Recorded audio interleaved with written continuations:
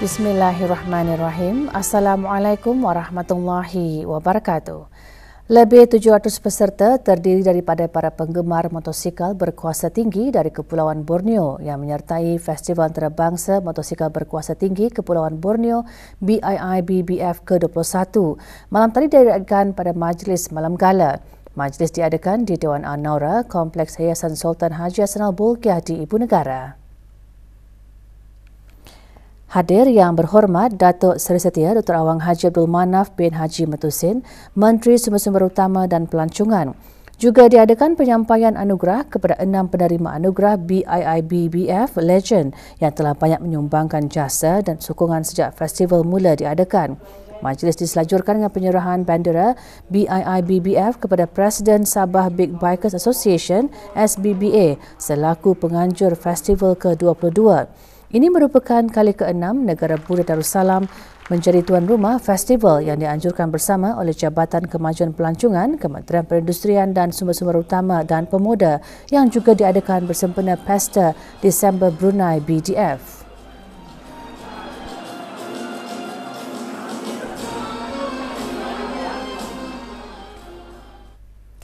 Golongan OKU perlu diberi perhatian dalam semua hal sama ada urusan duniawi maupun ukrawi, lebih-lebih lagi dalam hal ibadah. Perkara itu disentuh dalam tazkirah khas semasa Majlis Kalbun Salim.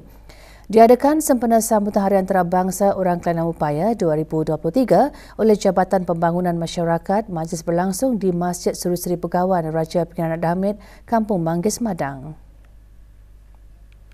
Hadir yang berhormat Datuk Seri Setia Awang Haji Nazmi bin Haji Muhammad, Menteri Kebudayaan Belia dan Sukan.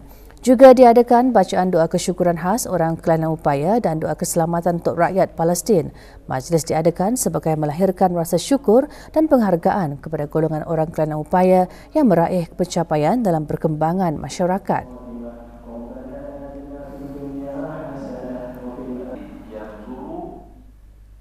Pengendalian serta pelaksanaan pengambilan pelatih Program Khidmat Bakti Negara PKBN ke-12 menunjukkan kekuatan serta kedayatahanan program tersebut ke arah melahirkan serta mengukuhkan belia yang berintegriti, berdisiplin dan bertanggungjawab agar mereka menjadi lebih berdaya tahan dan berdaya saing ke arah mencorak pembangunan negara di masa akan datang.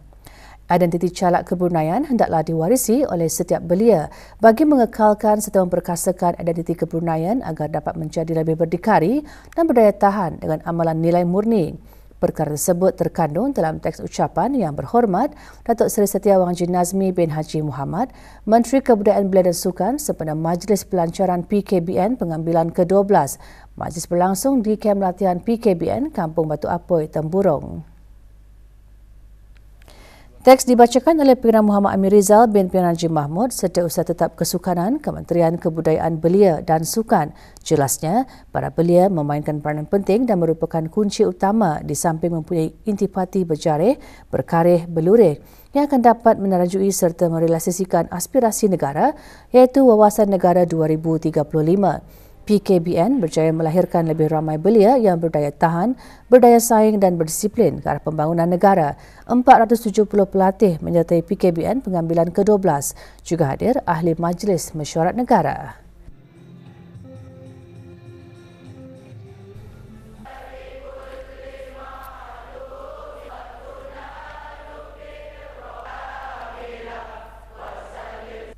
Alhamdulillah, semangatnya pun kuat untuk masuk PKBN ni. Harapan kami, hopefully bersemangat lagi lah untuk future life-nya lah. Harapan saya selepas masuk PKBN ini agar dia menjadi anak yang memang ada rasa keyakinan diri. Anakku yang kebungsuan tu, laki-laki semoga ya adalah berjaya, berdisiplin selepas ini. Sebelum ni saya ada berapa banyak pengalaman fitness lah. So ni mesti juga ikut lah aktiviti jasmani. Pindaan Akta Pendidikan Wajib Penggal 211 yang berkaitan dengan umur wajib kanak-kanak bersekolah dari 6 tahun kepada 5 tahun akan mula dilaksanakan pada bulan Januari tahun 2024. Pindaan tersebut mewajibkan kanak-kanak yang mencapai umur 5 tahun untuk bersekolah, khususnya mereka yang terdiri daripada warga negara Brunei Darussalam dan yang bermastautin di negara ini. Bagi kanak-kanak yang mencapai umur 5 tahun, pada 31 Disember adalah diwajibkan mendaftar bagi kemasukan prasekolah bermula awal tahun berikutnya. Perkara tersebut dijelaskan oleh pemangku Timbalan Setiausaha Tetap Dasar dan Korporat Kementerian Pendidikan pada sesi wawancara di Kementerian Pendidikan. Pihak Kementerian Pendidikan sukacita menyeru dan menasihatkan para ibu bapa atau penjaga untuk memberikan kerjasama bagi memastikan anak-anak mereka menghadiri sesi persekolahan bagi memastikan mereka tidak tercicir dalam pembelajaran atau mendapat pendidikan. Lebih-lebih lagi mereka yang masih dalam lingkungan umur Akta Pendidikan Wajib. Matlamat utama bagi pindaan ini dilaksanakan adalah untuk memastikan setiap kanak-kanak di negara ini diberikan peluang dan akses yang sama kepada pendidikan yang berkualiti sejak awal umur mereka lagi, yang mana ianya adalah selaras dengan pelan strategik Kementerian Pendidikan dan komitmen di peringkat antarabangsa.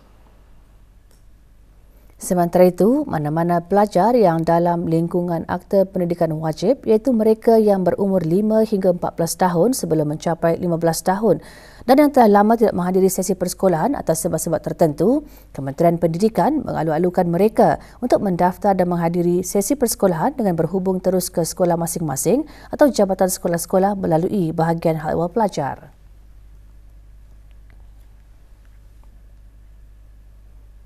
Memudahkan kalangan orang Kelantan Upaya pendengaran berinteraksi dengan orang ramai sama ada berkaitan dengan pendidikan, pekerjaan dan juga sosial. Itu antara tujuan kursus asas bahasa isyarat diadakan. Kursus selama 3 hari anjuran Persatuan Bahasa Isyarat Jurualih Kitani ringkasnya bijak berakhir dengan majlis penutupan dan penyampaian sijil. Majlis berlangsung di Pusat Belia, Daerah Tutong. Penyampaian sijil kepada 16 peserta disempurnakan oleh Ahli Majlis Mesyuarat Negara.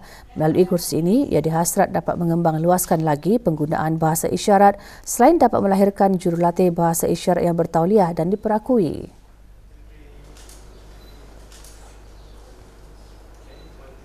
Saya sendiri mengajar autistic children.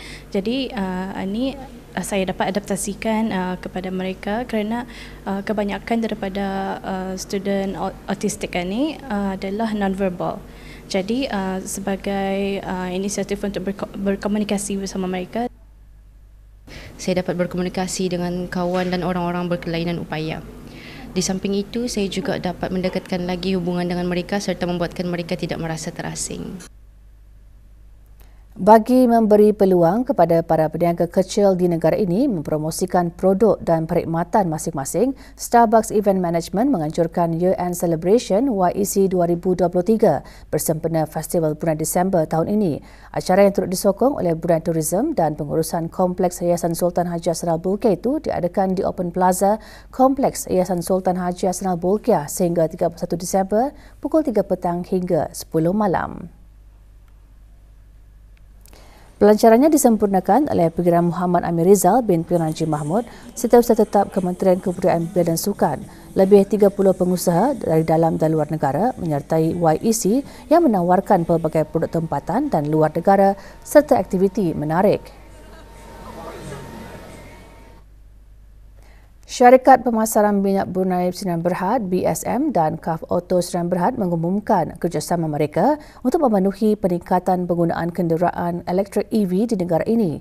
Melalui kerjasama tersebut, para pemilik EV BMW akan memiliki pengalaman one-stop shop.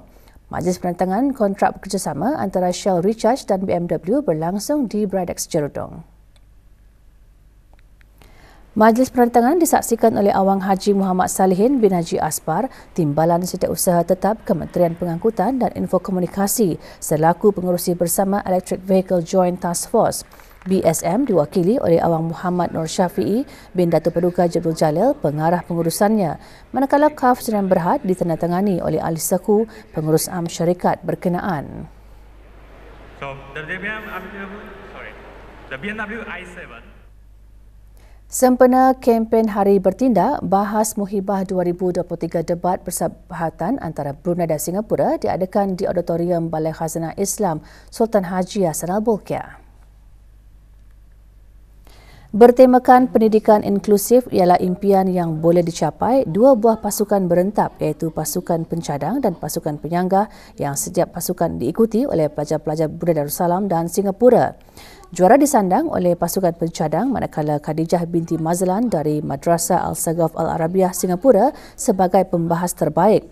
Acara diungkayahkan oleh The Curious Playground dan Persatuan Persuratan Pemuda-Pemudi Melayu Singapura. Dan mereka tidak mengatakan. Muslimah Takmir Masjid Kampung Bengkurung mengadakan majlis silaturahim antara Muslimah Brunei Darussalam dengan Persatuan Tindakan Wanita Islam Sabah Pertiwisa Cawangan Tuaran. Majlis diadakan di Masjid Kampung Bengkurung. Rombongan 45 orang ahli Pertiwisa itu diketuai oleh Datin Hajah Halimah binti Haji Siddiq. Majlis dimulakan dengan bacaan surah Al-Fatihah dan selawat tafrijiyah dan diserikan dengan persembahan tausyih.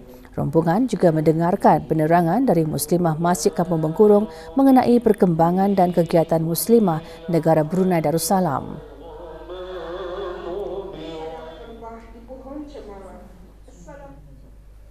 Pelbagai aktiviti disusun sempena Pesta Disember Brunei 2023. Malam tadi diadakan persembahan pentas yang dinamakan Labu Layang di Creative Space Studio Kampung Sengkurong.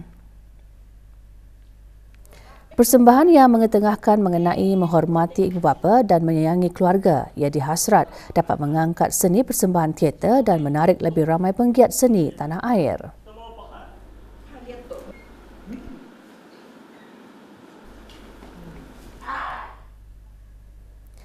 Pusat Promosi Kesihatan, Kementerian Kesihatan mengadakan bengkel latihan garis panduan kebangsaan pemakanan dan kegiatan fizikal bagi Pusat Penjagaan Kanak-kanak di negara Brunei Darussalam. Diungkayahkan dengan kerjasama Jabatan Pembangunan Masyarakat JAPIM, Kementerian Kebudayaan Belia dan Sukan, bengkel disertai 46 pengurus dan pekerja yang berdaftar di JAPIM. Melalui bengkel ini, para peserta berpeluang mengongsikan pengalaman, pengetahuan dan amalan yang telah dan akan dilaksanakan di Pusat Penjagaan Kanak-kanak bagi membantu menerapkan amalan cara hidup sihat dalam kalangan kanak-kanak di bawah jagaan mereka. Setakat ini, 69 buah pemilik Pusat Penjagaan Kanak-kanak telah berdaftar di JAPIM di bawah Akta Pusat Penjagaan Kanak-kanak 2006. Mana-mana pusat penjagaan kanak-kanak yang beroperasi tanpa lesen sah boleh didakwa di mahkamah di bawah Akta Pusat Penjagaan Kanak-kanak dan jika sabit kesalahan boleh dikenakan denda RM5,000 atau penjara 2 tahun atau kedua-duanya sekali. Pasukan Polis Simpanan C Company, Polis Hutan Pasukan Polis Diraja Brunei menjalankan satu operasi pencegahan jenayah rentas sempadan hutan di kawasan perhutanan daerah Brunei dan Muara berhampiran sepadan Brunei Malaysia baru-baru ini. Pasukan Polis Hutan berjaya mengesan beberapa individu merentas kawasan perhutanan melalui jalan tikus di sepadan Brunei Malaysia dengan beberapa kotak besar dipercayai barang tegahan. Pasukan Polis Hutan bertindak menyerbu kumpulan individu tersebut tetapi suspek meninggalkan barang tegahan dan melarikan diri ke sempadan negara jiran. Hasil operasi, 1,650 kartun rokok pelbagai jenis dirampas dan diserahkan ke Jabatan Kastam dan Eksasi Raja Brunei bagi tindakan selanjutnya. Sukan. Bola sepak Piala Singapura 2023. Pasukan Brunei DPM FC berentap petang kemarin bagi menentukan tempat ketiga kejohanan dengan menentang Tampines Rovers. Berlangsung di Stadium Jalan Besar Singapura, pasukan Brunei DPM FC tewas kepada Tampines Rovers dengan keputusan 2-0. Sementara dalam aksi final malam tadi, Hougang United tewas 1-3 kepada Lion City Sailors.